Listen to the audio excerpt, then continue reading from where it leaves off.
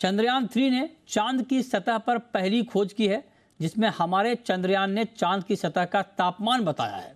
चांद के दक्षिणी ध्रुव पर की गई ये पहली जांच है, जिसे करने वाला भारत पहला देश बन गया है। देखिए हमारी ये स्पेशल रिपोर्ट।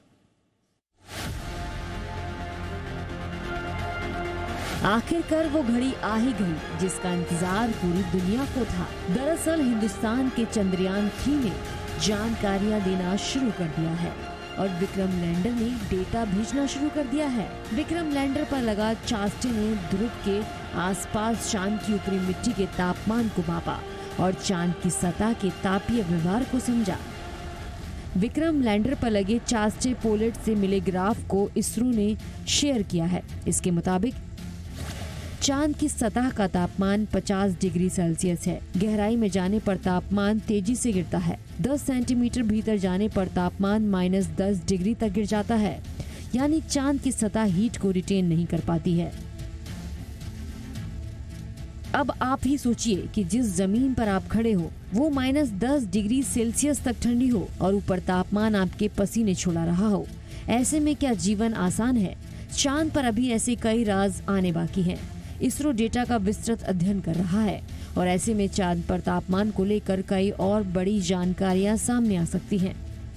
रोवर प्रज्ञान भी चांद पर चहलकदमी कर चांद की जानकारियां जुटा रहा है। प्रज्ञान चांद पर घूम रहा है। प्रज्ञान को चांद की मिट्टी का परीक्षण करना है। अभी तक सब कुछ इसरो के प्लान के मुताबिक हो रहा है, यानी हिंदुस्तान एक के बाद एक कामयाबी की सीढ़ियों पर चढ़ता चला जा रहा है। चांद पर भारत की इस अनूठी सफलता से उत्साहित होकर अब जापान भी अपने मून मिशन को लॉन्च करने जा रहा है। इसरो का अब अगला मिशन सूरज के करीब अंतरिक्ष यान भेजना है। माना जा रहा है 2 सितंबर को इसरो अपने सूर्ययान मिशन को लॉन्च कर सकता है, लेकिन इसरो के लिए सबसे बड़ी परीक्षा और चुनौती है अंतरिक्ष में भारत के अंतरिक्ष यात्री को भेजना। इसकी तैयारी भी इसरो लंबे वक्त से कर रहा है। अब वो समय धीरे धीरे करीब आ रहा है।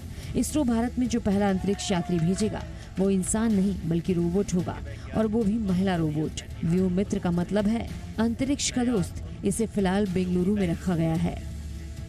इसे इसरो ने साल 2020 में दुनिया के सामने पेश किया था। यही व्योमित्र अगले साल की शुरुआत में अंतरिक्ष में जाकर इसरो के गगनयान की टेस्टिंग करेगी। इसे दुनिया की best space explorer humanoid robot का तमगा हासिल है। ऐसे में हिंदुस्तान चांद और सूरज ही नहीं बल्कि एक दिन पूरे अंतरिक्ष में तिरंगा फहराएगा। ब्यूरो रिपोर्ट, जी मीडिया।